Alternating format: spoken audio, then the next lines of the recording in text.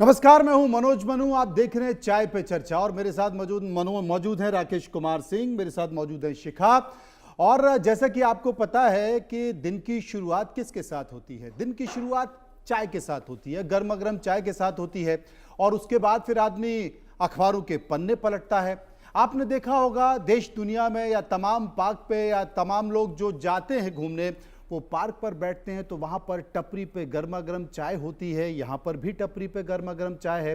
तो हम चर्चा तो करेंगे, लेकिन गर्मा गर्म चाय के साथ चर्चा करेंगे। हम आपको देश दुनिया की खबरें भी दिखाएंगे, वो खबरें आपको बताएंगे जो चाय के साथ होगी, गर्म चर्चा के साथ होगी, और देश के राजनीतिक मिजाज को भी समझाने की कोशिश करेंगे। आपको बताएंगे कि आज के दिन किस खबर में कितना उबाल है और उस उबाल के बीच किस राजनेता के चेहरे पर गर्मा गर्म तलखियां मौजूद हैं। कौन सा राजनेता है जिसका बिल्कुल बल्ब बुझ चुका है क्योंकि टिकट की घोषणा होने वाली है, गठबंधन करीब करीब तय हो चुका है, सीट कितने होंगे। लेकिन आपको पता है कि इस वक्त किस राजनीतिक पार्टी के चाय की टपरी पर सबसे ज्यादा उबाल आ रहा है? राकेश जी, चिराग पासवान 29 सीटों के साथ चाय उबल रही है, सारे कार्यकर्ता चर्चा कर रहे हैं। देखिए मनोज जी, चिराग जो हैं सबसे लाभान्वित और चेहरे पर सबसे लालिमा जो है उन्हीं पर दिख रही है, क्योंकि जिस तरह से उन्होंने 40 सीटों को लेकर उन्होंने दावा ठोक दिया था कि भाई 40 सीटें हमको चाहिए। आपने देखे कि केंद्रीय गृह राज्य मंत्री नित्यानंद राय को 4 बार जाना पड़ा, तो आप समझ सकते हैं। दूसरी तरफ उपेंद्र कुशवाहा के चेहरे पर बुझी हुई है, चेहरा बुझी हुई है। साथ ही साथ मांझी, जीतन राम मांझी, वो भी अंदर से काफ़ी दुखी, लेकिन उन्होंने कहा कि हम प्रधानमंत्री को छोड़ेंगे नहीं। उपेंद्र कुशवाहा को जो है एक्स पर पोस्ट करना पड़ा, अपने समर्थकों के नाम पत्र लिखना पड़ा कि देखिए भाई, मैं तो चाहता था कि अधिक से अधिक सीट मिले, लेकिन नहीं कर पाया, तो आज कई घरों में आज खाना भी नहीं बने। तो ये साफ तौर पे समझ सकते हैं कि मांझी और कुशवाहा कैंप में ये जो है कहीं ना कहीं जो उथल पुथल है। जानते क्या हुआ? पता है आपको क्या हुआ? क्या हुआ? क्योंकि जो चाय बन रही थी, चिराग पासवान के यहाँ जो चाय बन रही थी, उसमें अदरक भी था, उसमें मसाला भी था, उसमें काली पत्ती भी थी, उसमें काली मिर्च भी थी। तो वो इतनी जोरदार चाय थी कि जब नित्यानंद राय पीने गए ना, तो शिखा उनको समझ में आ गया कि यहाँ बात बन नहीं पाएगी। इसलिए प्रदीप, अदरक जरा जोर का डालना, क्योंकि दर्शकों को हम इस वक्त एक रिपोर्ट दिखाएंगे, उसके बाद फिर चाय के साथ जोरदार चर्चा होगी।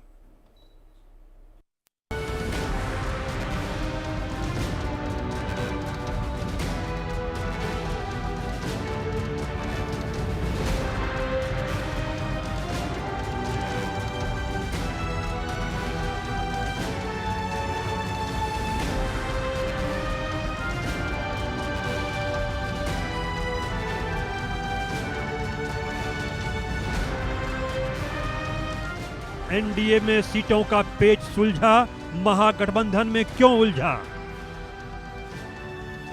दिल्ली में महागठबंधन का मंथन, दलों की अपनी जिद, अपना मन। एनडीए का सीटों का ऐलान, महागठबंधन में कब तक घमासान? काफी जद्दोजहद के बाद आखिर एनडीए में बिहार की 243 विधानसभा सीटों के लिए सीट शेयरिंग फाइनल हो गया। चिराग, मांझी, कुशवाहा की थोड़ी बहुत नाराजगी की बात सामने आई थी, लेकिन समय रहते गठबंधन में वाकई सब कुछ सकारात्मक रहा, जैसा कि कहा भी जा रहा था। बीजेपी 101 सीटों पर चुनाव लड़ेगी, वहीं जेडीयू 101 सीटों पर चुनाव लड़ेगी, जबकि चिराग पासवान की पार्टी एलजेपीआर 29 सीटों पर अपने प्रत्याशी उतारेगी। जीतन राम मांझी की हिंदुस्तान अवाम मोर्चा को 6 और उपेंद्र कुशवाहा की पार्टी को 6 सीटें दी गई है। इस विजय अभियान का श्री गणेश हो गया, रणभेरी बज गई है और ये शानदार आगाज है। चर्चा थी कि जीतन राम मांझी शायद नाराज हो जाएं, क्योंकि वो कम से कम 15 सीट चाह रहे थे, लेकिन ऐलान के बाद उन्होंने कोई आपत्ति जाहिर नहीं की। अब एनडीए में बारी है उम्मीदवारों की सूची की। बीजेपी मुख्यालय में बीजेपी केंद्रीय चुनाव समिति की बैठक हुई है और यह सूची जल्द सामने आने की उम्मीद है। महागठबंधन में पेच फंसा हुआ है। दिल्ली में सीटों के बंटवारे को लेकर मंथन होना है। आरजेडी सुप्रीमो लालू प्रसाद और तेजस्वी यादव दिल्ली में मौजूद हैं। जानकारी के मुताबिक दिल्ली में कल लालू तेजस्वी की कांग्रेस अध्यक्ष मल्लिकार्जुन खड़गे और राहुल गांधी के साथ बैठक होगी। लालू और तेजस्वी यादव के पटना से दिल्ली जाने के दौरान फ्लाइट के अंदर की तस्वीर सामने आई। फ्लाइट में तेजस्वी के साथ कांग्रेस नेता अखिलेश सिंह बैठे थे। फ्लाइट में तेजस्वी और अखिलेश गंभीर बातचीत करते नजर आए। दिल्ली आने के सवाल पर तेजस्वी यादव ने कहा कि कोर्ट ने बुलाया है, इसलिए हम लोग आए हैं। सीट शेयरिंग और राहुल गांधी से मुलाकात से जुड़े सवाल को टालते हुए कहा कि दिल्ली आने का मकसद कोर्ट में पेश होना है। मकसद है, केवल अदालत ने बुलाया है, इस वजह से हम लोग आए हैं। इससे पहले महागठबंधन में सीटों के बंटवारे के बारे में पूछे जाने पर लालू प्रसाद ने कहा कि बातचीत चल रही है। इस बीच वीआईपी सुप्रीमो मुकेश सहनी को भी दिल्ली बुलाया गया है। दिल्ली जाने से पहले उन्होंने पत्रकारों से कहा कि महागठबंधन थोड़ा सा बीमार हुआ है। सभी डॉक्टर दिल्ली में हैं। दिल्ली जाकर सही डॉक्टर के पास सही इलाज हो जाएगा। आप जो कह रहे हैं वो थोड़ा सा सही है। महागठबंधन थोड़ा सा अस्वस्थ हुआ है तो दिल्ली जा रहे हैं और आपको पता है कि सब डॉक्टर दिल्ली में है, तो वहाँ पे बेहतर उपचार हो जाएगा और स्वस्थ होकर हम लोग पटना लौटेंगे। इधर पशुपति पारस ने अपनी पार्टी के बड़े नेताओं के साथ मीटिंग की। क्या वे किसी गठबंधन में शामिल होंगे, इस पर राष्ट्रीय लोक जनशक्ति पार्टी के प्रमुख पशुपति कुमार पारस ने कहा कि 17 अक्टूबर तक का समय है, हम परसों तक सब कुछ बता देंगे। कांग्रेस नेता मनोज कुमार ने बिहार विधानसभा चुनाव 2025 के लिए एनडीए के सीट बंटवारे की घोषणा पर कहा कि आज इनका हुआ है तो कल हमारा होगा। इसमें क्या दिक्कत है, इसी के लिए जा रहे हैं और इन्हीं चीजों का भी इंतजार हो रहा था। वहाँ रस्साकशी चल रही थी, हमारे रस्साकशी तो पहले से भी नहीं थी। कल फाइनल बैठक हो जाएगी, चीजें तय हो जाएंगी। सूत्रों की माने तो कांग्रेस ने आरजेडी के 50 सीटों के ऑफर को ठुकरा दिया है और कांग्रेस 60 सीटों पर लड़ने के लिए अड़ी है। वहीं कांग्रेस ने आरजेडी को अगले 24 घंटे का अल्टीमेटम दिया है कि सीट शेयरिंग पर फाइनल फैसला कीजिए, नहीं तो कांग्रेस पहले चरण को लेकर अपने उम्मीदवारों की सूची जारी कर देगी। इधर आरजेडी 130 से 138 सीटों पर चुनाव लड़ने की तैयारी में है। पार्टी का कहना है कि गठबंधन में उसका जनाधार सबसे बड़ा है, इसलिए टिकटों का बंटवारा भी उसी अनुपात में होना चाहिए। उधर पशुपति पारस की पार्टी के साथ भी आरजेडी की बातचीत अटक गई है। पारस 8 सीटों की मांग पर अड़े हैं, लेकिन तेजस्वी यादव ने उन्हें अपनी पार्टी का विलय करने का ऑफर दिया है। इसके बाद पारस की पार्टी ने आपात बैठक भी बुलाई। लेफ्ट दलों के साथ भी समीकरण मुश्किल दिख रहा है। सीपीआई-एमएल 30 सीटों की मांग कर रही है, लेकिन तेजस्वी 22 से ज्यादा देने को तैयार नहीं है। सीपीआई 24 सीटों की लिस्ट लेकर आई है, मगर आरजेडी केवल 7 सीटें छोड़ने पर अड़ी है। इसी तरह सीपीएम 10 सीटों की मांग कर रही है, लेकिन तेजस्वी 5 सीटों से ज्यादा देने को तैयार नहीं है। वहीं मुकेश सहनी 30 सीटों की चाह रखते हैं, लेकिन आरजेडी उन्हें केवल 18 सीटें देना चाहती है। Bureau report, India news.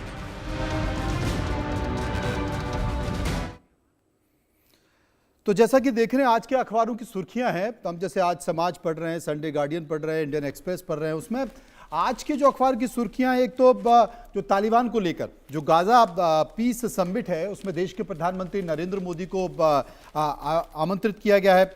इसके साथ भारत आर्टिफिशियल इंटेलिजेंस के भविष्य को एक नया आकार देने जा रहा है, उसका जिक्र किया जा रहा है।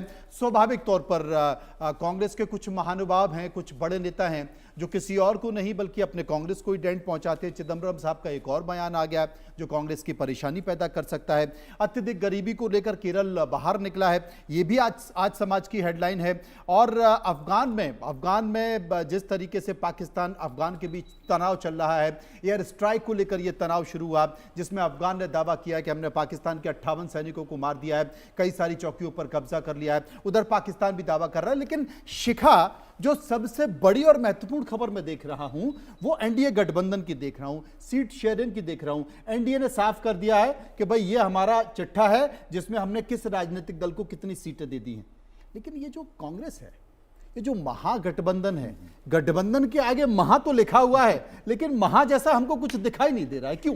देखिए, दरअसल कोई भी चीज़ हम बनाते हैं तो उसमें जो कॉन्स्टिट्यूएंट्स रहते हैं, इंग्रेडिएंट्स रहते हैं, किसी चीज़ में कम रहते हैं, किसी में ज़्यादा रहते हैं। अच्छा। चाय में 4-5 रहते हैं, तो जब हम कोई अच्छा पालक पनीर बनाने जाते हैं तो उसमें बहुत सारे रहते हैं। तो महागठबंधन में जब 8 पार्टियां हैं और आप देख रहे हैं कि 7 के बीच में जो खींचतान है चल रही है, अब 8वीं एक पार्टी है वो भी कुछ ना कुछ चाहेगी। तो देखिए, जब बहुत ज़्यादा इंग्रेडिएंट्स किसी भी खाने की चीज़ में होंगे तो खींचतान तो रहेगी। वही हमें महागठबंधन में दिखाई दे रहा है। और कहीं ना कहीं फिलहाल जो मैन ऑफ द मोमेंट बने हुए हैं वो बने हुए हैं वीआईपी के मुकेश साहनी, क्योंकि उनकी जो डिमांड है वो शुरुआत तो हुई थी 40 से, उसके बाद 35 पे आई और अब 30 पर जाकर अटक चुकी है। लेकिन मांजरा सब ये फंसता है कि कुछ ऐसी सीटें वो मांग रहे हैं जो दरअसल जो बड़ी पार्टियां हैं, बड़े एलाइज हैं, उनके भी खेमे में ऑलरेडी हैं, तो उनको वो कैसे दे दी जाए। दूसरा सबसे बड़ा सवाल है कि आप जनाधार तो दिखाएं। सबसे बड़ा सवाल जो आरजेडी कांग्रेस पूछ रही है, खास करके कांग्रेस इससे बड़ी परेशान है। सबसे ज्यादा प्रेशर में फिलहाल जो है वो कांग्रेस है।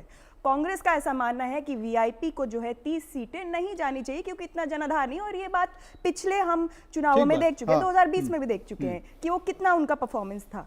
4 उनकी सीटें आई थी, उसमें से भी 3 आपको याद है, एक उनके एमएलए की जो है मौत हो गई थी दुर्घटनावश।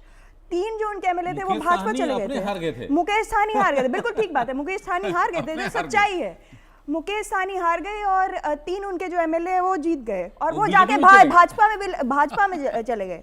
तो अब उनको ऐसी स्थिति में कैसे 30 सीटें दे दी जाएं? जनाधार भी दिखाइए। उनको ये सवाल पूछा गया है कि आप अपना जनाधार तो दिखाएं, क्या आप जो सीटें डिमांड कर रहे हैं क्या आप उसके लिए हकदार हैं? क्या आप उन्हें जीतने का मादा रखते हैं? अगर मादा लेकिन रखते उन्होंने तो कहा, जब एयरपोर्ट में प्रश्न पूछा गया जब पत्रकारों ने, तो बोला कि सभी डॉक्टर दिल्ली हैं, तो दिल्ली अभी डॉक्टर दिल्ली हैं, इनको क्या इलाज की जरूरत है? नहीं, ऐसा नहीं हो कि इलाज में चक्कर, डॉक्टर तो दिल्ली चले गए। ऐसा नहीं हो कि मरीज जो है फड़फड़ा के मर जाए वहां पर, जिसको ऑक्सीजन नहीं मिल रही, उसको जरूरत है इंजेक्शन लगाने की। अब यहां देखिए, सबसे बड़ी जो बात है यहां पर यही होता है राजनीति का खेल। जो समझदार लोग होते हैं ना, आप बड़ी राजनीतिक पार्टी, निश्चित तौर पर कांग्रेस देश की एक बड़ी पार्टी है, बीजेपी देश की उससे भी बड़ी पार्टी है, लेकिन बीजेपी या कांग्रेस, कोई भी राजनीतिक बड़ी पार्टी जब क्षेत्रीय में जाती है, आप चाहे वो उत्तर प्रदेश हो या फिर तमाम ऐसे राज्य जहां पर छोटी पार्टियों का प्रभाव है, उत्तर प्रदेश हो गया, बिहार हो गया, उड़ीसा हो गया, या आप फिर केरल में चले जाइए, केरल में की ऐसी स्थिति है, तो वहां पर राजनीतिक जो बड़ी पार्टियां वो स्वाभाविक तौर पर छोटी हो जाती हैं और उनको अपना बल दिल जो है वो बड़ा रखना चाहिए। अगर चाहते, आप कल्पना कीजिए, चिराग पासवान ने, राकेश जी, जिसका जिक्र कर रहे हैं, 100% स्ट्राइक रेट का जिक्र किया जा रहा है कि लोकसभा चुनाव में चिराग पासवान को 6 सीटें मिली और वो 6 की 6 सीट जीत गए। किसके भरोसे जीते भाई? बीजेपी के भरोसे जीते, देश के प्रधानमंत्री नरेंद्र मोदी के चेहरे के भरोसे जीते। लेकिन अब आप वो क्लेम कर रहे हैं, बावजूद इसके बीजेपी जानती थी, क्योंकि पिछला जो चुनाव था चिराग पासवान एनडीए से अलग होकर लड़े थे, नीतीश कुमार से नाराज होकर, तो वो खुद नहीं जीत पाए थे। एक सीट वो भी जो है जेडीयू में चले गए भाई, एक सीट, एक जो एमएलए। लेकिन उन्होंने क्या किया? उन्होंने ये बीजेपी को महसूस करा दिया था कि आपकी मुझसे कोई दिक्कत नहीं है, मैं आपसे कोई नाराजगी नहीं रखता हूं, लेकिन मैं चचा को सबक सिखा के रहूंगा और मैं जेडीयू को सबक सिखा के रहूंगा। उन्होंने इतने कैंडिडेट जेडीयू के हरवाए कि जो नीतीश कुमार सुशासन के लिए जाने जाते हैं, वो नीतीश कुमार जमीन पर आ गए, तीसरे नंबर की पार्टी हो गई। तो बीजेपी बड़ी पार्टी होने के बावजूद भी, बड़ा चेहरा होने के बावजूद ही इस चीज को समझ रही है, अपने नुकसान को समझ रही है और वो चाहती है कि ठीक है, बबुआ हैं, युवा हैं, जोशीले हैं, बॉलीवुड से आए हैं, गरम खून हैं, गरम चाय के साथ। इसलिए अभी बात को समझा जाए, नुकसान नहीं उठाना है, क्योंकि अभी बिहार बहुत बड़े संकेत देने जा रहा है। देखिए, इसलिए बीजेपी मान गई और नीतीश को भी मना लिया कि ठीक है भाई 29 सीटें देके खत्म कर। सही कहा मनोज जी, क्योंकि जिस तरह से चिराग अपनी मांग को लेकर 40 सीटों से ज़्यादा उनको बातों पर अड़े हुए थे, उससे बीजेपी पूरी तौर पर वाकिफ थी। बीजेपी की रणनीति जो थी कि आखिरकार जो एलाइज में किसे सबसे दिक्कत हो सकती है वो पता थी। धर्मेंद्र प्रधान से जब मेरी बातचीत हो रही थी, उन्होंने साफ तौर पे उन्हें दबी जुबान से बोला, कहा कि देखिए प्लान बी तैयार था। तो प्लान बी क्या था? वो जानते थे कि अगर कोई परेशानी जो एनडीए में खड़ा कर सकता है वो है चिराग पासवान। चिराग पासवान जो है अपने अगर कोई मंत्री उनके घर पर पहुंच रहा है और उनके प्रदेश का जो अध्यक्ष रहा है बीजेपी का, वो भाई साहब घर पे थे ही नहीं चिराग, वो माता जी से मिल के चले आए। तो ये चिराग ही जानते हैं कि आखिरकार किस तरह से तोल मोल करना है, और उसमें उन्होंने तोल मोल अच्छा कर लिया और मान भी लिया। का प्रदीप बाबू का खौलाते रहोगे या चाय वाय पिलवाओगे? अरे कब पिलवाओगे? बना के रखिएगा। तब तक हम जा रहे हैं अपने संवाददाताओं के पास, जरा रिपोर्टर भी से पूछ लें वहां कितना उबाल है। तो चलिए मैं अपने संवाददाताओं के पास आपको लिए चलूंगा, लेकिन उससे पहले एक बड़ी खबर आपको दिखा रहा हूं, और बड़ी खबर जो है वो मैं आपको दिखाऊंगा। बड़ी खबर यह है, इसको आप देखिए कि बड़ी खबर क्या है। बड़ी खबर यह है कि लालू प्रसाद यादव आज मल्लिकार्जुन खड़गे से मुलाकात कर सकते हैं। मल्लिकार्जुन खड़गे से इसलिए मुलाकात कर सकते हैं क्योंकि भैया गठबंधन तय हो चुका है, एनडीए का सीटें तय हो चुकी हैं, कौन कितना मिलने जा रहा है। और कांग्रेस ने साफ कह दिया है कि 78 सीटों पर हम अगले 48 घंटे में अपने उम्मीदवारों की घोषणा कर देंगे। हमसे मत कहिएगा कि ये आपने क्या कर दिया, जो कुछ करना है जल्दी करो वरना रायता फैल जाएगा, और रायता फैलेगा तो फिर दिक्कत हो जाएगी। क्योंकि देखिए यहीं पर सबसे बड़ी परेशानी है, बहुत ज़्यादा संभावनाएं हैं नहीं हैं, नामांकन शुरुआत हो चुके हैं, नामांकन आप भर नहीं पा रहे हैं। तो लालू प्रसाद यादव और मल्लिकार्जुन खड़गे की आज बैठक होने वाली है, दोनों मुलाकात करने वाले, और मुझे लगता है कि गठबंधन को लेकर जो पेच फंसा हुआ है वो खत्म हो जाएगा। इस बीच हम सीधे चलते हैं इसी खबर पर बात करने के लिए। पटना में हमारे साथ हमारे संवाददाता शैलेंद्र मौजूद है। शैलेंद्र, चाय पर चर्चा तो हम दिल्ली कर रहे हैं, लेकिन कितना उबाल पटना में दिखाई दे रहा है? मोतिहारी में, पटना में, बिहार में ही उबाल है। पहले हम तस्वीर दिखा देते हैं यहाँ पे किस तरह से लोग हैं। और देखिए ये चाय की दुकान है और हरी जी की चाय की दुकान है, और यहीं से हम आपको दिखाते हैं, सियासी पारा दिखाते हैं कि आखिर स्थिति क्या है। युवा हैं हमारे साथ, चाय पी रहे हैं, नींबू वाली चाय आप पी रहे हैं, बताइए जी। अच्छा, क्या है, क्या मिजाज है यहाँ का? सबसे पहले तो आप लोग का धन्यवाद कि आप आए हैं इतनी सुबह और हम लोग का यहाँ पे मंतव्य ले रहे हैं। देखिए यहाँ के विधायक जी जो है टोटली फ्लॉप हैं, कोई काम वैसा किए नहीं हैं। आपके सामने एक सूखा हुआ पेड़ आपको दिख रहा होगा, कैमरामैन को हम बोलेंगे दिखाइए। 2019 में जल जीवन हरियाली बिहार सरकार के द्वारा आया था, लेकिन उसका जीता जाता उदाहरण यही है। हाँ है, बिल्कुल। यहाँ की जनता यहाँ के स्थानीय विधायक से त्रस्त है। स्थानीय विधायक से त्रस्त है, जनता स्थानीय विधायक से त्रस्त है जी। जनता स्थानीय विधायक से त्रस्त है। मैं तो त्रस्त हूँ। आप भी त्रस्त हैं? आप भी त्रस्त हैं? जी नहीं, मैं नहीं त्रस्त हूँ। क्या कहेंगे? कहेंगे 2025 फिर से नीतीश। अच्छा, फिर से नीतीश आप कह रहे हैं। आप त्रस्त हैं कि नहीं? नहीं, जितना काम किया, जितना सरल सुलभ है, नहीं सरल सुलभ है और कुछ नहीं है। कोई अपराध है, सरल सुलभ है विधायक जी। क्या विधायक जी सरल और सुलभ बस वही हैं, इसके आगे और पीछे कुछ नहीं है। अच्छा, महागठबंधन का पेच सुलझ नहीं रहा है, गड़बड़ा रहा है। सब सुलझ जाएगा, कोई दिक्कत नहीं है। सब सुलझता हुआ दिख रहा है चीजें। हाँ, ठीक से हो रहा है। यहाँ तो विकास होबे किया है, सब ठीक है। थोड़ा बहुत कमी रहता है तो लोग तो कहबे ना करेगा। अच्छा, लोग तो कहेगा ही, लोग कहता है कि कुछ काम भी होगा। क्या मतलब कोई यहाँ पे आप हैं, यहाँ पे कुछ काम हो पाया है कि बस ऐसे ही चीजें? यहाँ तक काम दिख रहा है नगर निगम का। अच्छा, नगर निगम का काम? जी, बहुत काम दिख रहा है। विधायक जी का काम नहीं? विधायक जी का काम तो सारे लोग देख रहे हैं क्या हो रहा है। अच्छा, क्या हो रहा है आपको लगता है? जो होना चाहिए तो नहीं हुआ है। नहीं हुआ। आपको लगता है कि काम हुआ है? होता है थोड़ा, लेकिन फायदा कम होता है। फायदा कम होता, फायदा कम है। बहुत काम हुआ है मोतिहारी में, जितना काम हुआ है उतना कोनो विधानसभा में नहीं हुआ है। अच्छा, यहाँ कह रहे हैं नगर निगम का सब ना सब विधायक जी भी काम किए हैं। प्रमोद जी कहे का मतलब है कि उतना अच्छा विधायक कोई नहीं है 12 विधानसभा में। विधायक जी के समय में कहाँ काम होता था? विधायक जी तो कठपुतली है, विधायक है कहाँ अभी मोतिहारी में? मोतिहारी विधानसभा विधवा है, मोतिहारी विधानसभा विधवा है, विधायक जी है कहाँ? विधायक जी नहीं है, विधायक जी नहीं है, विधायक जी एकदम मरता विधायक है। अच्छा, मरता विधायक। आप क्या कहेंगे? अब इस बार मोतिहारी जनता मूड बना रखी कि बदलाव करना है। इस बार बदलाव कर देना, बदलाव करना है, बदलाव कर देना है, सिर्फ बदलाव कर देना। अरे सर आप बताइए जनसुराज कुछ कर पाएगा कि नहीं? अब तो ये एकमात्र जनसुराज ही विकल्प बचा है। ये जो करना होगा यही करेगा। हम लोगों को 75 में नारा सुना था कि बिहार गुजरात बनेगा, चंपारण शुरुआत करेगा। चंपारण शुरुआत कर देगा डॉक्टर साहब? चंपारण ही शुरुआत करेगा कि क्या और कोई करेगा? यहाँ पे शुरुआत शायद संभव नहीं हो, क्योंकि यहाँ के जो प्रगति है, जो काम देख रहे हैं, तो हमको लगता है कि लोग फिर से लेके आएंगे, फिर से लेके आएंगे विधायक। आपने सुन लिया मोतिहारी के लोग विधायक को लेकर क्या कह रहे हैं, वहां के काम को लेकर क्या कह रहे हैं, विकास को लेकर क्या कह रहे हैं। शैलेंद्र लगातार लोगों को चेहरे को पढ़ने की कोशिश कर रहे हैं, लेकिन शायद आपने एक चीज नहीं देखी। ये जो चाय की टपरी है, इस टपरी के पीछे गांधी जी के 3 बंदर बने हुए हैं, और वो गांधी जी के 3 बंदर संकेत भी दे रहे हैं कि जनाब अभी कुछ मत बोलो, चुनाव है, लोग जो कह रहे हैं उसको सुन लो, कुछ अपनी तरफ से सुनो ही मत, क्योंकि हर आदमी बहुत कुछ कहेगा। ये नेताओं के लिए संकेत है। और विकास हुआ है कि नहीं हुआ है मत देखो, आंखों पे रख लो। नेताओं की स्थिति गांधी जी के 3 बंदर की तरह है। लेकिन दिल्ली की स्थिति क्या है, दिल्ली की गर्माहट क्या है? संजय शर्मा मेरे साथ मौजूद हैं। संजय, कुछ बताओगे क्या है? देखिए, सभी को आश्चर्य इस बात का हो रहा होगा कि चिराग पासवान को 29 सीटें कैसे मिल गई। तो इसके पीछे काफ़ी चीज़ें आपको देखना होगी कि चिराग पासवान को अलग से देखना बंद करें, क्योंकि चिराग पासवान को आप बीजेपी की बी टीम मान सकते हैं। पिछले चुनाव में आपने अगर देखा होगा विधानसभा चुनाव में, तो उन्होंने बीजेपी के कहने पर ही लगभग 85 सीटों पर जेडीयू के सामने प्रत्याशी खड़े किए थे।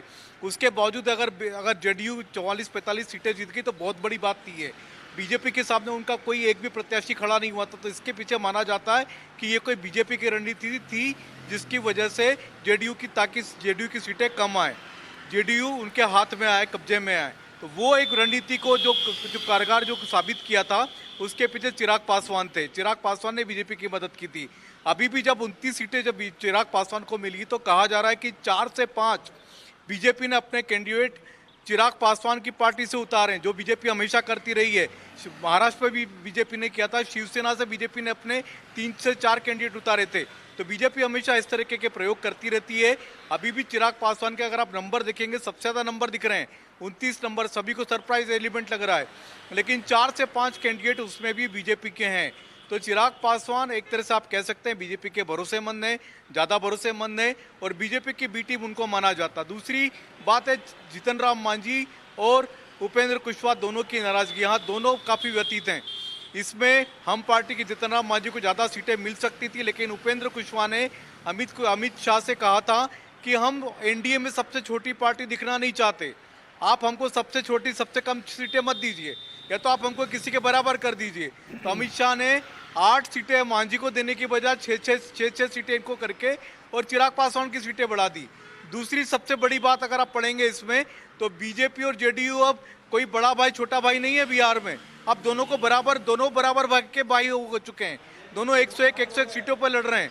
तो ये कई सारे बड़े संदेश हैं। कल जिस तरीके से सीटों का डिस्ट्रीब्यूशन हुआ है, सीट शेयरिंग की घोषणा हुई है, और आज 4 बजे पटना में इसका ऐलान भी होगा, सीट शेयरिंग का ऐलान करेंगे। इसमें एनडीए के सभी तमाम पार्टियों के बड़े नेता मौजूद रहेंगे जब ऐलान होगा। इसके बाद में कोशिश ये भी की जा रही है कि सभी पार्टियों के कैंडिडेटों की घोषणा भी एनडीए की तरफ से एक साथ की जाए, ताकि एकजुटता का संदेश बिहार में जाए। बिल्कुल आपने सही कहा संजय, आपने सही कहा, बिल्कुल आपने सही कहा। और जो चिराग पासवान का जो सबसे सकारात्मक और पॉजिटिव मैसेज ये है कि वो बिहार के चार्मिंग फेस हैं, वो युवाओं को प्रभावित करने वाले चेहरे हैं। क्योंकि अगर आरजेडी में देखा जाए तो तेजस्वी यादव एक युवा चेहरा है जो बिहार की नब्ज को बहुत अच्छी तरह पकड़ता भी है, जानता भी है और समझता भी है। अब बीजेपी के पास वैसा कोई चेहरा नहीं है, और इसके साथ साथ जेडीयू के पास वैसा कोई चेहरा नहीं है। लेकिन चिराग पासवान एक चार्मिंग फेस है, एक युवा फेस है, वो युवाओं को प्रभावित करते हैं, जहां पर जाते हैं वो युवाओं को आकर्षित करते हैं। बॉलीवुड से सफर शुरू हुआ, राजनीति में आता, बहुत मजे हुए खिलाड़ी के तौर पर अपना सफर तय कर रहे हैं। तो आपने जो कहा ना कि बीजेपी चिराग पासवान को छोड़ना नहीं चाहती है, वो एकदम सही है और वो उनका ट्रम्प कार्ड है, क्योंकि वो जेडीयू पर या चचा पर भरोसा बहुत ज्यादा करती नहीं है। चचा एक बार गच्चा दे चुके हैं, लेकिन कारण क्या है, मजबूरी क्या है? ग्राफिक के जरिए मैं आपको बताता हूं कि मजबूरी क्या है बड़ी राजनीतिक पार्टियों की छोटे दल के सामने। आप देखिए सत्ता का जो किंग मेकर छोटे दल क्यों हैं? क्योंकि छोटे दल भले ही अकेले हैं, चुनाव लड़कर आपको सीटें नहीं जीत सकते, लेकिन आपको निपटा सकते हैं, नुकसान पहुंचा सकते हैं। आधार बोर्ड के किसी भी गठबंधन, बड़े गठबंधन को नुकसान पहुंचा सकते हैं। 2020 के चुनाव में चिराग पासवान ने जेडीयू के खिलाफ प्रत्याशी उतारे, एक सीट एलजेपी को मिली, लेकिन उन्होंने रायता फैला दिया, समेट दिया और चचा को यानी नीतीश कुमार को वो जमीन पर ले आए। 71 से 43 सीटों पर पहुंचा दिया उन्होंने और एनडीए महागठबंधन के बीच 12,000 का अंतर रहा। 11 सीटों पर जीत का हार एक 1,000 से कम रहा, यानी कि यह नुकसान किसी और ने नहीं बल्कि यह नुकसान पहुंचाया किसने? चिराग पासवान ने 52 सीटों पर नुकसान पहुंचाया और एलजेपी ने 18 सीटों पर जेडीयू को निपटाया। तो यह एक मजबूरी है एलजेपी की, यह बड़ा है। सीधे हम राघवेंद्र चलते हैं, पटना में हमारे पास मौजूद हैं। राघवेंद्र, बिहार में घूम घूम कर चाय पीकर मिजाज तो समझ रहे हो, लेकिन जो चाय की टपरी है जरा उसका मिजाज भी समझा दो। बिल्कुल, देखिए एक कुल्हड़ सजा हुआ है और चाय निकालने की तैयारी है। ठीक उसी तरीके से राजनीति भी है, राजनीति भी सजी हुई है, कुर्सियां लगी हैं, लेकिन किसको कुर्सी मिलेगी सवाल यही है और जनता यही पूछ रही है। जनता सही जरा समझते हैं क्या भाई साहब? चुनावी रंग में तो बिहार रंग चुका है, लेकिन इधर सीट बंटवारा महागठबंधन नहीं हो रहा है। बिहार इस बार क्या चाहता है? विकास चाहता है और जो विकास करेंगे वो जीतेंगे, जो विकास करेंगे वो जीतेंगे। और आपको जो डेवलपमेंट किए हैं, जो एनडीए सरकार है वही सही है अभी। और तेजस्वी यादव कह रहे हैं हम सरकार बना रहे हैं। नहीं वैसा नहीं लगता है, हमको नहीं लगता है। इनको नहीं लगता है। देखिए चाय का मजा तब तक नहीं है जब तक चीनी रोक के, चाय पत्ती ठोक के और दूध झोंक के ना हो। तो चाय का मिजाज समझते हैं। देखिए चाय पी रहे हैं यहाँ कुछ लोग और इनसे राजनीतिक रंग समझते हैं कि आखिर चाय वैसे ही बनी है जैसे राजनीति है। क्या भाई साहब, क्या माहौल है? माहौल राजनीति का देखते रहिए, जो वहाँ पटना दिल्ली में जो हो रहा है माहौल बदल रहा है। दिल्ली में तो लोग कह रहे हैं कि इलाज चल रहा है, सहनी साहब कह रहे हैं कि वहाँ डॉक्टर वहीं है, इलाज कराने जा रहे हैं, थोड़ा महागठबंधन अस्वस्थ हो गया है। देखिए राजनीति का असर बहुत गिरावट पर है, कब को कहाँ भटक जाएगा चल जाएगा ये कुछ नहीं कहा जा सकता है। भटकने वाले हैं क्या? कोई भी भटक सकता है, कहीं जा सकता है, कोई भी जा सकता है, खुला आजादी है। जनता नहीं जाता है, लेकिन नेता पार्टी के लिए उसके लोकतंत्र में आजादी है जाना। हाँ। तो सब दिन आपके साथ प्रचार किए और अब भटकने वाले हैं। इस बार 2025 में चाय की कुछ और मजा चल रहा है और मुझे उम्मीद है कि इस बार 2025 में फिजा ही कुछ और बदलेगा। अभी बिहार में तीसरा मोर्चा बनने जा रहे हैं हाँ, जिसमें ओवैसी साहब के पार्टी की नेतृत्व करेंगे।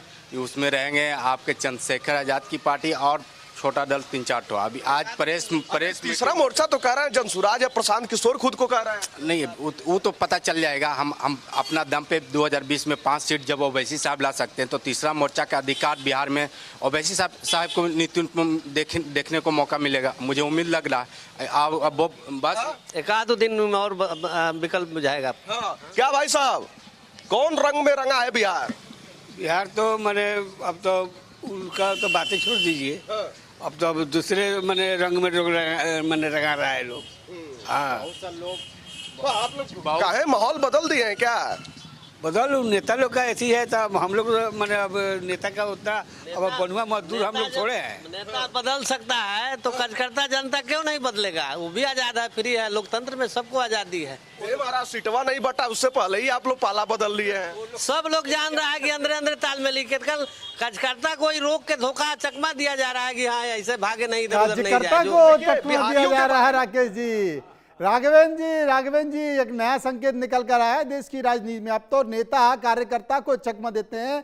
अब बिहार में, पटना में कार्यकर्ता ने कह दिया है कि अब जब नेता चकमा दे सकता है तो कार्यकर्ता क्यों नहीं दे सकता है। बड़ा संकेत है, आपके पास आएंगे। लेकिन इस बीच कांग्रेस की बड़ी खबर, एक कांग्रेस की बड़ी खबर है और बड़ी खबर कांग्रेस की है बैठक की। बिहार चुनाव पर आज कांग्रेस की बड़ी बैठक है।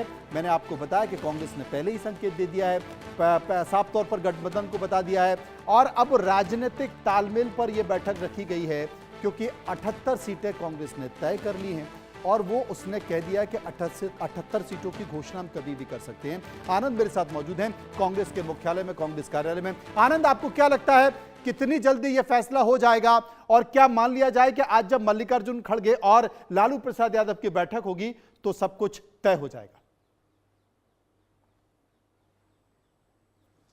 जी देखिए मनोज, जिस तरीके से लगातार राजनीतिक हलचल चल रही है बिहार में और एक तरफ जहां एनडीए ने अपने सीट शेयरिंग फार्मूले का अनाउंसमेंट कर दिया है, तो कहीं ना कहीं अब महागठबंधन में दबाव जरूर है कि जहां एक तरफ पहले चरण के लिए नामांकन 10 अक्टूबर से शुरू हो चुकी है, तो वहीं जो प्रत्याशी हैं अब उनका नाम अगर अनाउंस नहीं करते हैं, सीट शेयरिंग की डील फाइनल नहीं होती है, तो प्रत्याशियों के नाम कैसे ये बताएं उनको कि कौन जाकर किस सीट से अपनी नामांकन दाखिल करेगा। तो कहीं ना कहीं इसी कमोवेश में अब जो राष्ट्रीय जनता दल की शीर्ष नेतृत्व है, चाहे वो लालू प्रसाद यादव हो, पार्टी के फाउंडर है, राष्ट्रीय अध्यक्ष भी हैं, उनके बेटे तेजस्वी यादव बिहार के उप मुख्यमंत्री भी रहे हैं 2 बार, फिर उनकी माँ पूर्व मुख्यमंत्री राबड़ी देवी और मीसा भारती जो लोकसभा सांसद भी, वो चारों दिल्ली में हैं इस वक्त।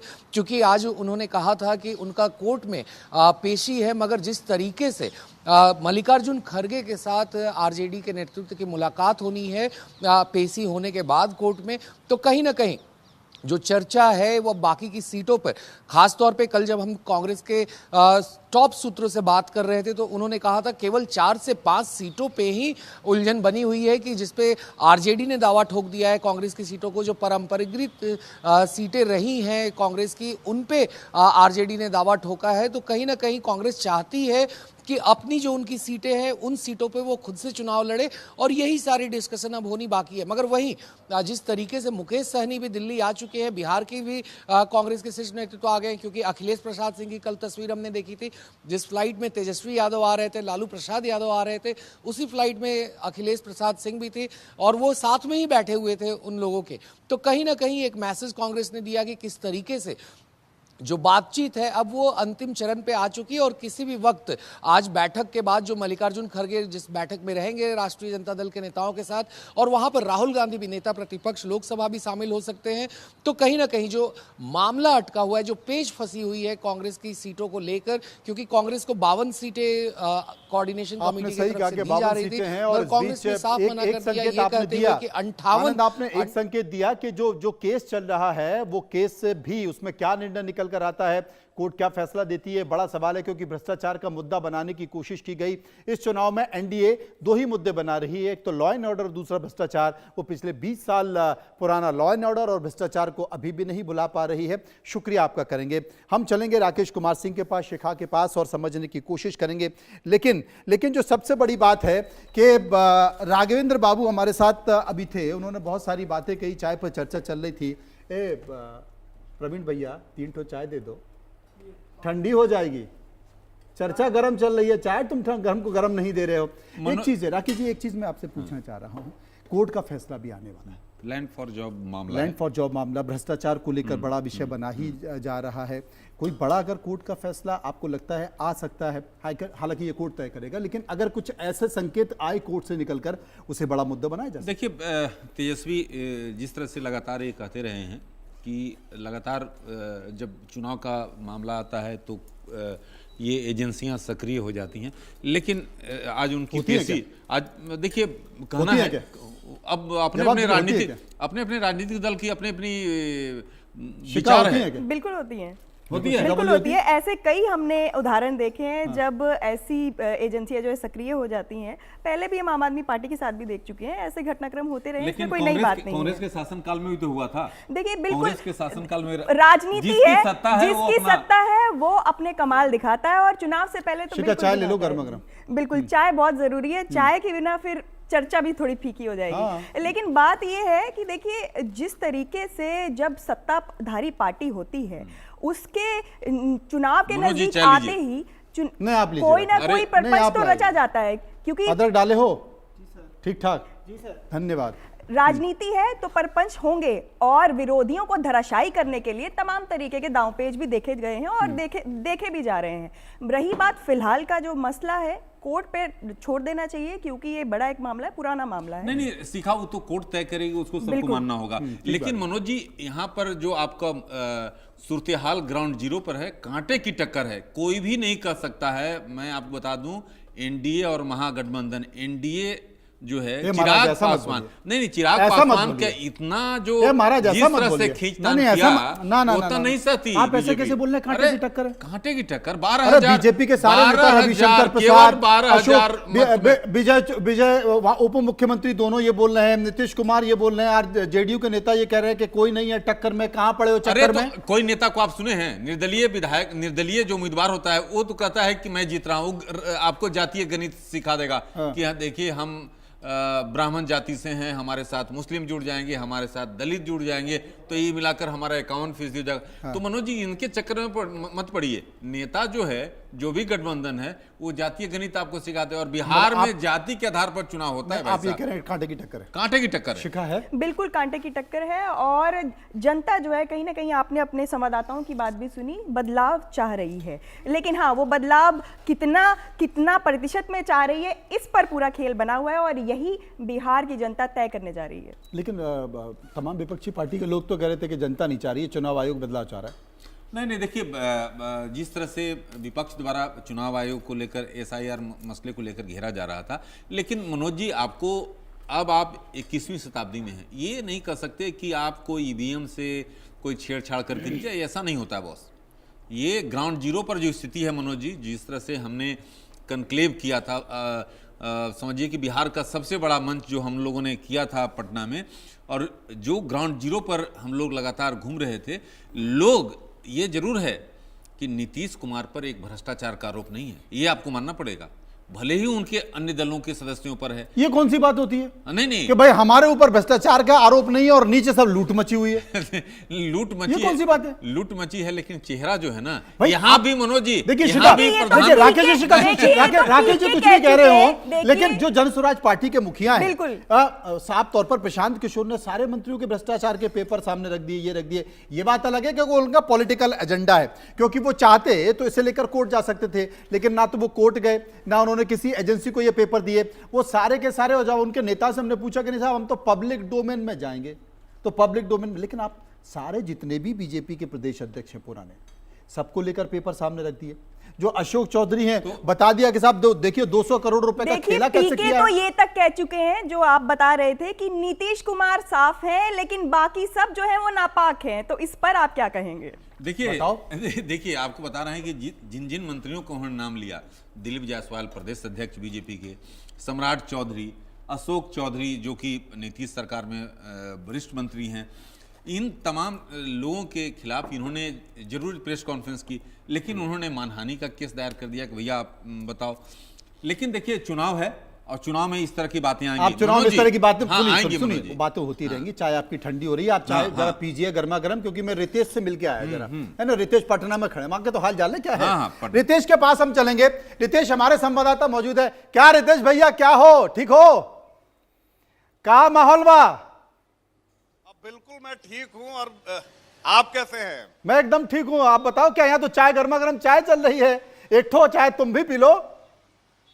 अब बिल्कुल गर्मा गर्म चाय है, और मैं मनोज जी मैं एक बार दिखाना चाहूंगा कि ये नेताओं की फैक्ट्री है, ये पटना का वीरचंद पटेल पथ है, और यहीं पर सभी जो प्रमुख पॉलिटिकल पार्टी है, देखिए सामने बीजेपी है, आगे बढ़ेंगे तो आरजेडी का कार्यालय है, फिर जेडीयू का कार्यालय है, और फिर थोड़ी दूर चले जाएंगे तो एलजेपी का कार्यालय मिल जाएगा। हालांकि कांग्रेस का जो है वो विपरीत रास्ते में वो कार्यालय पड़ता है। तो देखिए कि चाय की चुस्की लोग ले रहे हैं, चाय की दुकान है, हालांकि ग्राहक अभी कम है, लेकिन थोड़ी देर बाद भी वो तस्वीर भी मैं दिखाऊंगा जब नेताओं की यहाँ बड़ी फौज दिखेगी टिकट की आस में। तो अब बताइए आप कहाँ से आए हैं? हम समस्तीपुर जिला से आए हैं। बिहार में इस बार क्या होने वाला है? क्योंकि बिहार में जो है खेल होगा, बिहार में खेल होगा, और जो अभी जो बिहार की स्थिति, बिना खेल के बिहार में कुछ संभव नहीं है क्या? कि खेल होगा खेल होगा खेल होगा, क्या खेल होगा? अरे खेल यही होगा कि फिर जो है नीतीश कुमार गवर्नमेंट बनाने जा रहा है।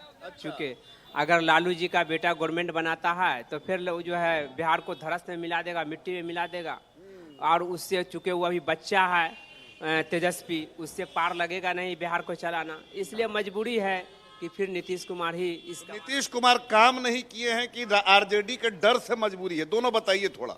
नहीं, देखिए नीतीश के आने से जिस समय लालू जी का गवर्नमेंट था तो गुंडागर्दी और अपहरण होता था, जंगल राज था, लेकिन नीतीश कुमार जब बना तो कम से कम बिहार का कुछ विकास भी किया है और कुछ परिवर्तन हुआ कि अपहरण बंद हो गया है। गुंडागर्दी तो इसके भी राज में है लेकिन कम गया है कुछ, और अफसर की अफसरशाही बढ़ गई है, घुसखोरी बढ़ गई है, यही बिहार की समस्या। देखिए मनोज जी, ग्राउंड रिपोर्ट क्या है कि चलिए लोग कह रहे हैं कि जंगल राज का दौर वापस नहीं लाना चाहते हैं, लेकिन नीतीश कुमार में अफसरशाही जो है वो बेलगाम है, क्या कहेंगे? यह बात बिल्कुल सत्य है कि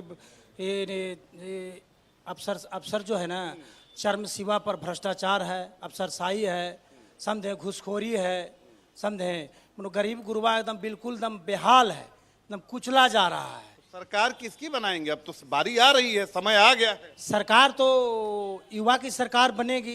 किसकी? नौजवान का बनेगा। कौन है वो नौजवान? नौजवान जो है से तेजस्वी जी हैं, दोनों साथ साथ बैठे हैं, विपरीत बात कर रहे हैं। उससे क्या दिक्कत? जरा इनसे पूछ लो, चिराग पासवान बूढ़े हो गए क्या? विचारधारा है, समझे, मेरा सबका मत अलग अलग है। रितेश जी इनसे पूछ लो कि चिराग पासवान बुढ़िया गए हैं क्या? करीब करीब हो 50, 60, 70 साल हो गया है लगभग। अच्छा देखिए, युवा एक ही युवा चेहरा क्यों दिखता है? बिहार में तो चिराग पासवान भी हैं, खुद को वो भी प्रशांत किशोर भी युवा ही कहते हैं। एक मिनट, चिराग जी जो है से बिहार से राजनीति कर रहे हैं, बिहार के लिए राजनीति नहीं कर रहे हैं और अपने परिवार के लिए राजनीति कर रहे हैं। और तेजस्वी यादव नहीं कर रहे हैं? कहाँ कर रहे हैं बताइए?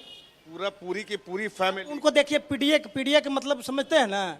हाँ, आप समझाइए ना। पीडीए का मतलब होता है, एक मिनट बताते हैं आप। कहाँ गूगल करिएगा? नहीं, पीडीए का मतलब गूगल नहीं कर रहे हैं। पीड़ित दुखित, और चलिए गूगल कर लीजिएगा बाद में। आइए अंकल, आइए, क्या है बिहार में, क्या चल रहा है आप बताइए? क्या किसकी सरकार बनाएंगे, किसको वापस लाएंगे, किसको फेंकेंगे, क्या चल रहा है आपके मन? भाई कोई ने फेंकना है न जानना है, उब चुका है लोग वर्तमान व्यवस्था से, वह परिवर्तन चाह रही है। परिवर्तन किस तरह का परिवर्तन? परिवर्तन के लिए जिस तरह ने पीके प्रशांत किशोर जी ने जिस तरह उघाड़ किया है एनडीए सरकार के सारे नेताओं का, उस हालत में लगता है जो कि हम वापस नहीं आएंगे। तो किसको लाएंगे? तेजस्वी यादव? वही उसी को आना है। लेकिन लोग तो कह रहे हैं कि भाई जंगल राज की वापसी हो जाएगी, तेजस्वी आएंगे। ये जंगल राज से कम है क्या? क्या जंगल राज है नीतीश? क्या नहीं है, जितना प्रशांत किशोर जी ने कहा जंगल राज से कम है क्या? अच्छा, ये मानते हैं कि नहीं कि नीतीश कुमार ने डेवलपमेंट किया है? नीतीश कुमार जी का डेवलपमेंट हुआ है, विकास के नाम पर कोई। देखिए कुछ नेताजी लोग भी मिल गए हैं। सर किस पार्टी के नेता हैं? नहीं, हम नेता नहीं। आप लोग सारे लोग कुर्ता पहने इसलिए भाई नहीं होता भी है। आप किस पार्टी से? हम जनता दल यूनाइटेड से हैं। अच्छा, देखिए जनता दल यूनाइटेड के सारे लोग मिल गए हैं। बताइए ग्राउंड पे क्या है, किस जगह के आप रहने वाले हैं और क्या चल रहा है? आप तो बोलेंगे ही कि आपकी सरकार वापस हो रही है। देखिए, हम अररिया जिला से, अररिया जिला हुआ, विधानसभा रानीगंज से बिलोंग करते हैं और रानीगंज विधानसभा से हम जदयू के वरिष्ठ रूप में कार्य कर रहे हैं, उनके प्रचार प्रसार कर रहे हैं लगातार। और माननीय मुख्यमंत्री, आप बताइए क्या लग रहा है ग्राउंड पे, लोग क्या कह रहे हैं? ग्राउंड पे कह रहा है कि इस बार जो है सरकार के साथ हम लोग हैं और हालात जो है वहाँ की विधानसभा की जनता का जो है परिवर्तन चाह रहा है और परिवर्तन के मूड में है कि अच्छे लोगों आवे और पार्टी के साथ। अभी तक आप लोग अच्छे नहीं थे? हम लोग पार्टी के साथ हैं और माननीय मुख्यमंत्री जी के हम लोग साथ हैं, पूरे बिहार उनके साथ हैं, मगर जो हालात है वहाँ रानीगंज का, वो हालात जो है। अपनी ही पार्टी के विधायक को बदलना चाह रहे हैं आप? ये हम नहीं बदलना चाहते, वहाँ की पार्टी। क्या कह रहे हैं?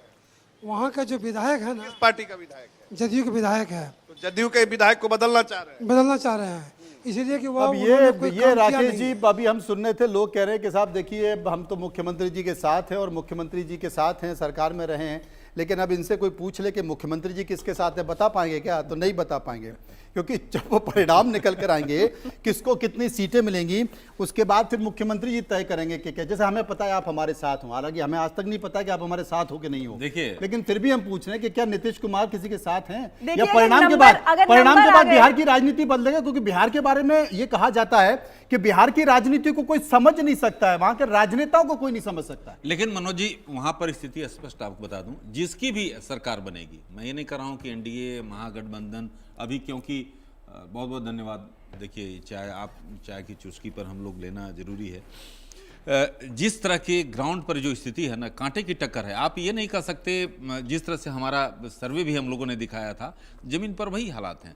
12,000 मत से जो है नीतीश की सरकार वहाँ बनी थी, एनडीए की जो आप सरकार देख रहे हैं, 12,000 जो महागठबंधन से ज़्यादा मत उनके पास था, वोट था। और इस बार कमोवेश वही स्थिति है। अब ये देखना काफ़ी महत्वपूर्ण होगा कि आखिरकार जिस तरह से 29 सीट लिए हैं चिराग पासवान ने, तो क्या उम्मीदवार कैसा होता है। ये एक शिखा में एक बात समझना चाहता हूं, क्योंकि बीजेपी डबल इंजन की बात कर रही है बिहार में, मोदी और नीतीश की बात कर रही है। मैं वहां पर चिराग पासवान को भी फैक्टर मानता हूं, क्योंकि अगर लोकप्रियता तेजस्वी की है तो लोकप्रियता चिराग की भी है। चिराग को लोग पसंद कर रहे हैं। ट्रिपल इंजन में मानता हूं। और राकेश जी कह रहे कांटे की टक्कर है, तो एक तरफ तो 3 इंजन है रेलगाड़ी के और एक तरफ एक ही इंजन है। मैं राहुल गांधी को वहां बहुत ज्यादा असरदार नहीं मानता। वहां जो भी है वो तेजस्वी है और जातिगत समीकरण है, छोटी छोटी राजनीतिक पार्टियों का प्रभाव है। तो आपको क्या लगता है, अगर ये कह रहे हैं कि 3 इंजन एक तरफ हैं और एक इंजन एक तरफ है, बावजूद इसके एक कांटे की टक्कर है, तो आप मान रहे हैं ऐसा है? देखिए, इंजन जो है वो कई बार खुद में भी टकरा जाते हैं। और हम जो ये देख रहे हैं फिलहाल, एक चीज मैं कहना चाहूंगी कि देखिए, अगर सरकार, जैसे राकेश जी कह रहे थे कि एनडीए की बने या इंडिया का बने, वो तो समय ही बताएगा। लेकिन एक बात तो तय है मनोज जी, अगर एनडीए की बनती है तो भाजपा डिसाइड करेगी कि सीएम कौन होगा, तो उस खेल तब शुरू होगा। अब हमें मुझे लगता है राकेश जी नीतीश कुमार को अभी रिप्लेस नहीं करेंगे, क्योंकि नीतीश कुमार के चेहरे पर ही चुनाव हो रहा है। चेहरा पर चुनाव हो रहा है, इसमें कोई संशय नहीं, कोई शक नहीं है इसमें। अगर एनडीए सरकार आएगी तो नीतीश ही मुख्यमंत्री के शपथ लेते हुए 10वीं बार नजर आएंगे आपको। और कब बदल जाएंगे ये समय तय है। ये उसके बाद तय होगा, वो खेल उसके बाद होगा। हो सकता है कि जेडीयू में टूट हो जाए। इससे पहले भी कुछ ऐसे ही समीकरण हुआ था कि बीजेपी ने तमाम जेडीयू के नेताओं को कुछ साइडलाइन किया, किसी को कुछ दिया, उसके बाद जेडीयू में घबराहट हुई। उसके बाद नीतीश कुमार इस घबराहट में वहां चले गए। फिलहाल ये भी देखा जा सकता है कि ट्रिपल इंजन की जगह 2 इंजन एक साइड है और 1 इंजन एक साइड है। ये भी एक मामला हो रहा है, तो वो समय बताएगा। देखिए, कांग्रेस में फड़फड़ाहट क्यों दिखाई दे रही है? देखिए, कांग्रेस में इसलिए मैं बोल रहा हूं, आप ही लोगों ने इंटरव्यू किया था। अखिलेश यादव कहते हैं कि भाई देखिए, बिहार में कोई दूसरा महागठबंधन है, बड़ी पार्टी के नेता तेजस्वी यादव हैं, तेजस्वी यादव हमारा चेहरा है और वही हमारे मुख्यमंत्री होंगे। लेकिन जो अल्लावरू हैं, जिनको ठीक से हिंदी समझ नहीं आती है, वो बिहार क्या समझेंगे? वो कहते हैं कि नहीं, अभी तो हमने तय ही नहीं किया। देखिए, कांग्रेस के लिए और जो आरजेडी और तेजस्वी इस बात को बखूबी जानते हैं कि कांग्रेस को सीटें क्या देनी है। कांग्रेस जो है 60 से अधिक सीट चाहती है। उन्होंने साफ तौर पे कर दिया कि भाई 50 से ज्यादा सीट हम नहीं देंगे, ठीक है, क्योंकि उनको उसका कांग्रेस की औकात पता है। कांग्रेस आज वहां पर जितनी भी सीटें लाई है उसमें महत्वपूर्ण भूमिका तेजस्वी की है, तेजस्वी का वोट बैंक है। इसको कतई जो है उत्तर प्रदेश में भी रायबरेली और अमेठी में जो जीत हुई है उसका कारण अखिलेश यादव, इसमें कोई शक नहीं बात है। अब जो है मामला फंसा है कि अब लगता है कांग्रेस को कि अब जमीन जो है जमीन यहाँ पर पूरी तौर पर तैयार है, उपजाऊ हो गई। हाँ, उपजाऊ हुए, तो क्यों न संख्या बढ़ा दिया जाए। जो 19 सीट से हम बढ़ाकर जो है 30 सीट तक हम जीत जाएं। अगर कुछ इधर उधर होता है, क्योंकि देखिए तेजस्वी भी बड़े खिलाड़ी हैं, आपको मानना पड़ेगा, क्योंकि भाई लालू प्रसाद यादव के बेटे हैं। तो क्या खेला हो जाए इसका कोई नहीं जानता। कोई बात नहीं है, आप अपनी चाय खत्म कीजिए, क्योंकि चाय ठंडी हो रही है और चाय ठंडी हो जाए तो उसका मजा नहीं होता। इसलिए हम इस सफर को भी खत्म करते हैं। कल हम फिर चाय के चर्चा करेंगे, गर्मा गर्म अदरक की चाय पिएंगे और कुछ ऐसी ही खबरें अखबार की सुर्खियों में आपको बताएंगे कि आखिर कितना उबाल बिहार की राजनीति में और उसका कितना असर देश भर में हो रहा है। फिलहाल इस चाय के साथ ये सफर हम यहीं खत्म करते हैं। बहुत बहुत शुक्रिया।